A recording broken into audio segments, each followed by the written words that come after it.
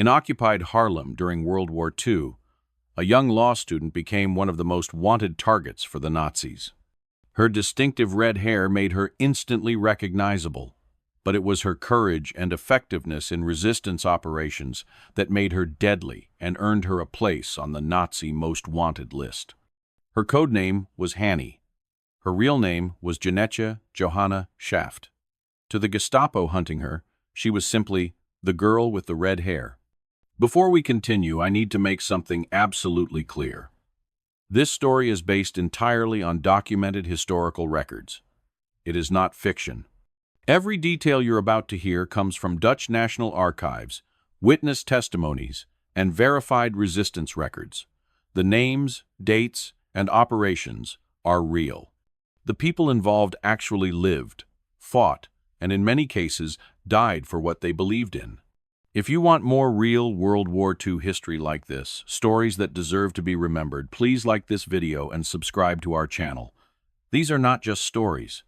They are the documented experiences of real people who faced impossible choices in the darkest period of modern European history. Now, let's begin with how an idealistic 20-year-old student became one of the most effective and most hunted resistance fighters in the Netherlands. Hanny Schaft was born on the 16th of September, 1920, in Haarlem, the capital of North Holland province. Her parents were protective. Her older sister had died of diphtheria in 1927, and they raised Hanny with caution. But they also raised her with strong political and social consciousness. Her father, Pieter Schaft, was a teacher affiliated with the Social Democratic Workers' Party, and, from a young age, Hanny engaged in discussions about politics and social justice. In 1938, she began studying law at the University of Amsterdam, aspiring to become a human rights lawyer. During her studies, she formed close friendships with Jewish students, particularly Feline Polak and Sonia Frank. These friendships would profoundly shape her response to the Nazi occupation. On the 10th of May, 1940, Germany invaded the Netherlands. The country's hopes of remaining neutral, as they had during World War I, were shattered. On the 14th of May, 1940, German forces bombed Rotterdam, devastating the city center and killing hundreds. The Netherlands surrendered the following day. Initially, university life continued with some semblance of normalcy. But the situation for Jewish students rapidly deteriorated. Hanny wrote articles in the university paper criticizing the segregation of Jewish students and teachers, who were later banned from campus entirely. In 1943, the occupation authorities demanded that all university students sign a loyalty oath to the German Reich. Hanny, along with 80% of non-Jewish students, refused to sign. This decision ended her formal education. She returned to Haarlem with her friends, Sonia and Feline, determined to help them find safe hiding. Her resistance work began modestly. She stole identity cards from public pools and other venues to provide false papers for Jewish friends and other people in hiding. But Hanny wanted to do more, much more. In the summer of 1943, she joined the Haarlem branch of the Raad van Verzet, Council of Resistance, known as RVV. This was a left-leaning resistance movement with ties to the Communist Party of the Netherlands, formed to coordinate armed resistance on a national level. The RVV had developed from earlier communist sabotage groups in Haarlem. Within the RVV Haarlem cell, Hanny would work closely with two other young women who would become her closest comrades, Truus and Freddie Overstegen, sisters who were already active in armed resistance. The Nazi occupation forces never anticipated serious resistance from teenage girls and young women. This blindness became one of the Dutch resistance's greatest advantages. Gender became a strategic advantage for Hanny and the Overstegen sisters because they were far less likely to arouse suspicion than their male counterparts. Young women could move through occupied streets more freely. They could ride their bicycles without being stopped as frequently, allowing them to transport illegal newspapers and even weapons. They could walk hand in hand with Jewish children, escorting them to safe houses while appearing as innocent as an older sister with a sibling. They could approach targets without raising immediate alarm. In some cases, they could even use their youth and appearance as what resistance members called a secret weapon, engaging German officers in conversation to extract intelligence. Hanny's intimate knowledge of Haarlem's streets, alleys, and canals proved invaluable. She had grown up in the city. She knew escape routes, safe houses, and which neighborhoods offered cover. This local expertise, combined with her fluency in German, which she had studied at university, made her particularly effective. But it was her red hair that would ultimately make her both memorable and vulnerable. In a population of predominantly blonde and brown-haired Dutch citizens, her distinctive coloring made her easy for witnesses to remember, and eventually, easy for the Gestapo to identify. Still, for nearly 2 years, she operated successfully. She collected intelligence on German defensive positions, and later on V-2 rocket installations along the coast. She repeatedly provided courier services for the resistance between Velsen and The Hague. She transported ration cards, money, illegal newspapers, and weapons. She delivered messages between resistance cells and helped secure hiding places for Jewish people in danger. The RVV Haarlem cell was engaged in active operations against the occupation. Hanny wasn't content with passive resistance. She wanted to carry a weapon and participate in direct action against collaborators and occupiers.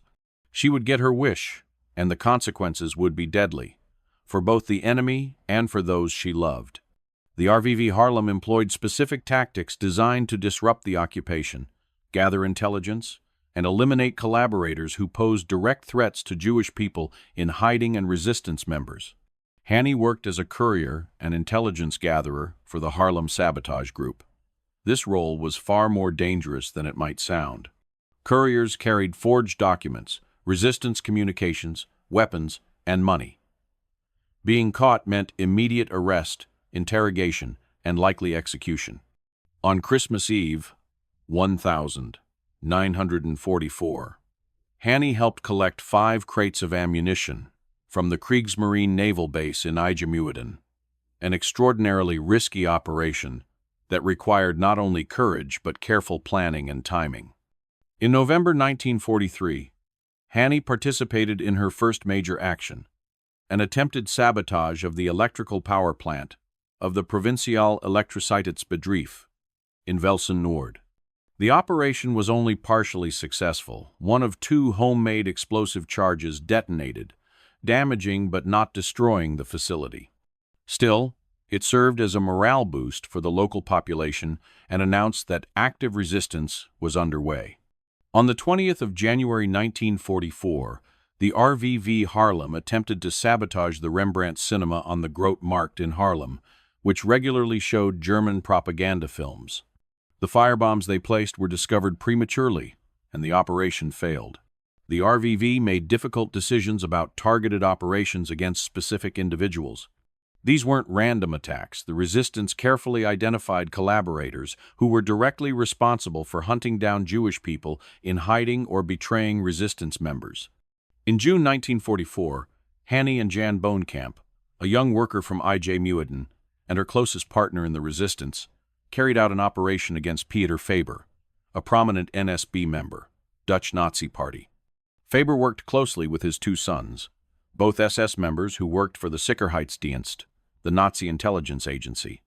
On the 21st of June 1944, Hanny and Boonkamp targeted Willem Ragut, a Dutch police officer and collaborator in Zaandam.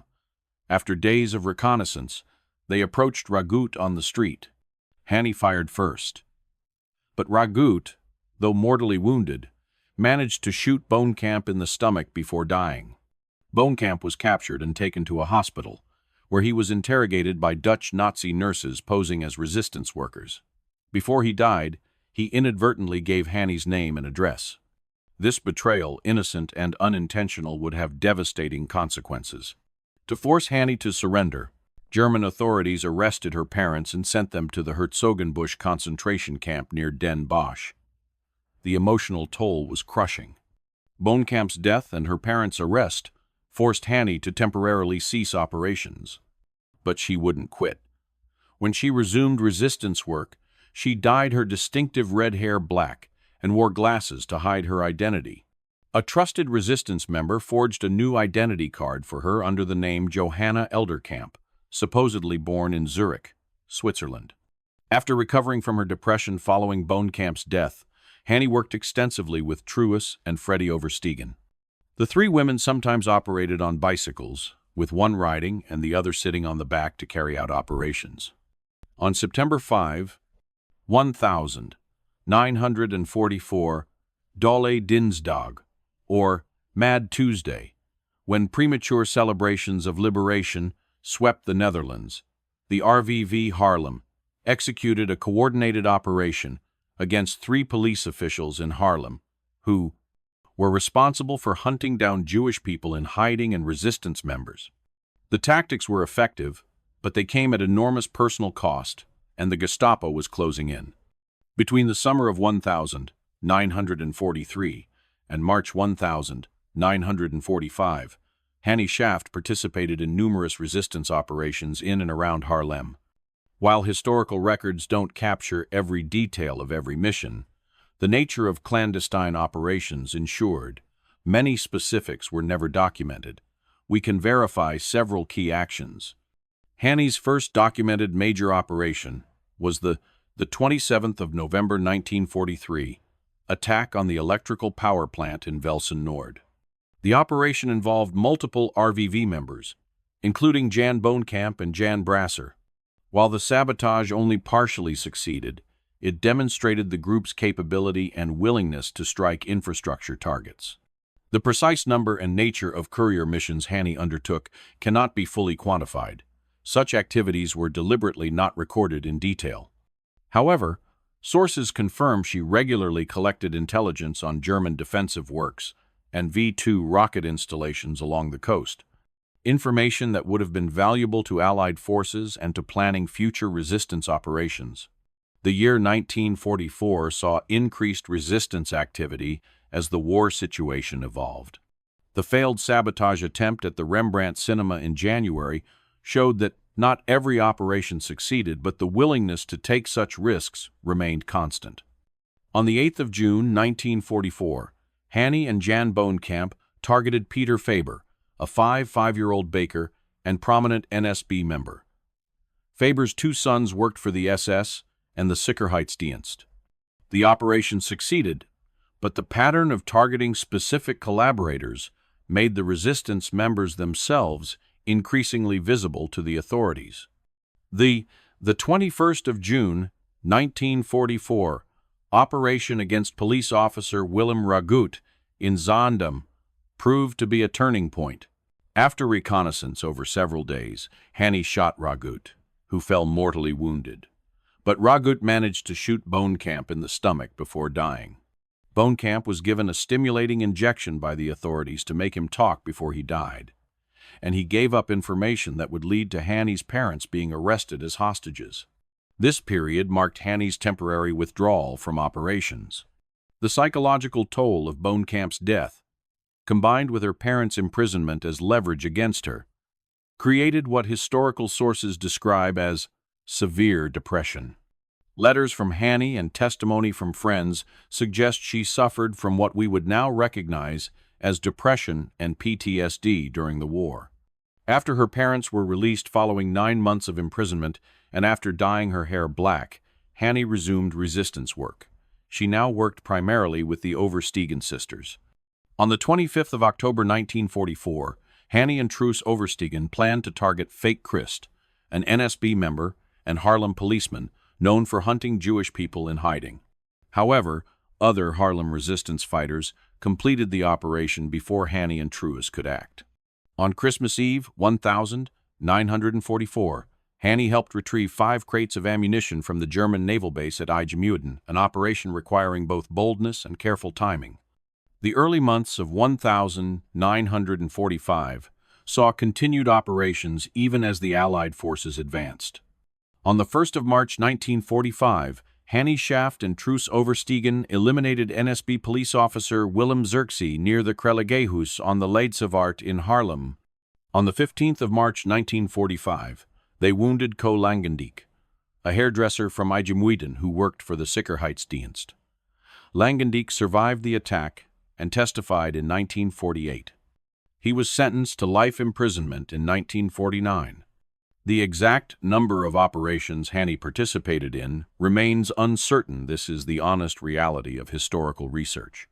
Some sources suggest various specific numbers, but primary documentation doesn't always support exact counts.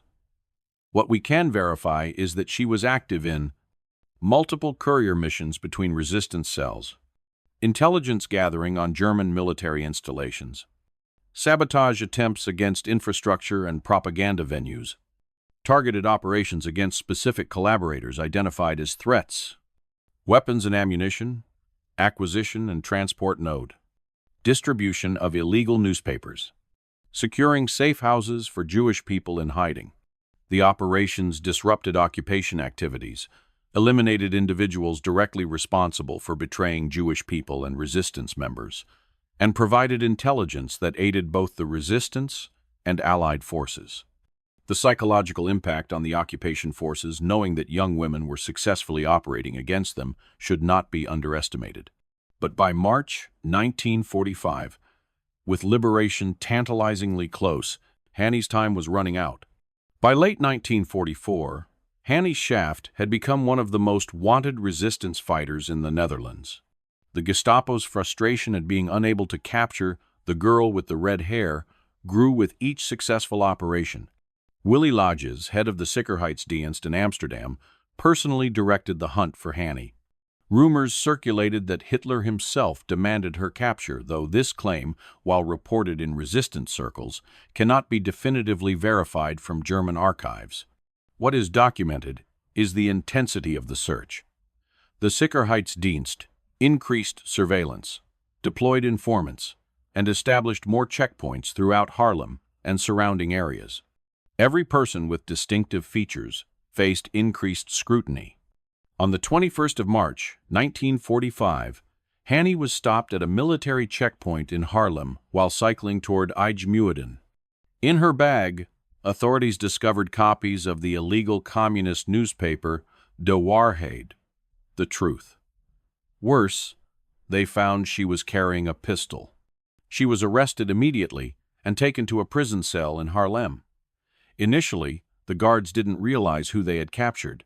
Hanny maintained her composure during the first interrogations, using her false identity as Johanna Elderkamp. She was then transferred to Amsterdam for interrogation by Emil Roel, a senior Gestapo officer. During interrogation, torture, and solitary confinement, authorities eventually identified her by the red roots of her dyed black hair. Roel warned Hanny that if she didn't confess completely, 5 Dutch girls would be executed. Faced with this ultimatum, Hanny broke down and confessed. However, Roel later noted after the war that despite harsh treatment, Hanny behaved with dignity throughout her ordeal. Even in confession, she appears to have protected many of her comrades. The full extent of RVV Haarlem operations remained largely unknown to the Germans. By April 1945, the end of the war was imminent.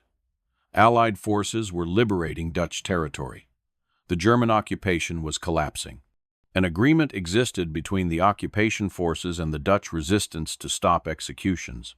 But Willy Lodges gave the order for Hanny's execution anyway, in direct violation of this agreement.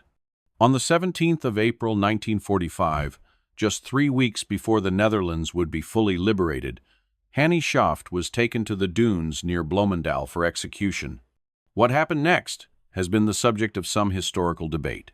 According to novelist Theun de Vries, who wrote a 1,956 book about Hanny, her last words after being wounded by the first shot were, "I shoot better." However, a Dutch World War II historian has stated that archival searches never mention Hanny saying these words. Post-war interrogation of Martin Kuiper, who was present, revealed that after the first shot from his colleague only wounded Hanny, Kuiper fired a burst from his submachine gun. 1 bullet struck her in the head, killing her immediately. Hanny Schaft died at age 24. She was buried hastily in a shallow grave in the dunes of Overveen. After the war, 422 members of the Dutch resistance were found in the Bloemendaal dunes, 421 men and 1 woman. Hanny, Shaft. The Netherlands was liberated in May 1945, less than 3 weeks after Hanny's execution. She had come so close to surviving. On the 27th of November 1945, Hanny Shaft was reburied in a state funeral at the Dutch Honorary Cemetery Bloemendaal. Members of the Dutch government and royal family attended, including Queen Wilhelmina, who called Shaft the symbol of the resistance. Posthumously, Hanny received the Dutch Cross of Resistance, awarded to only 95 people.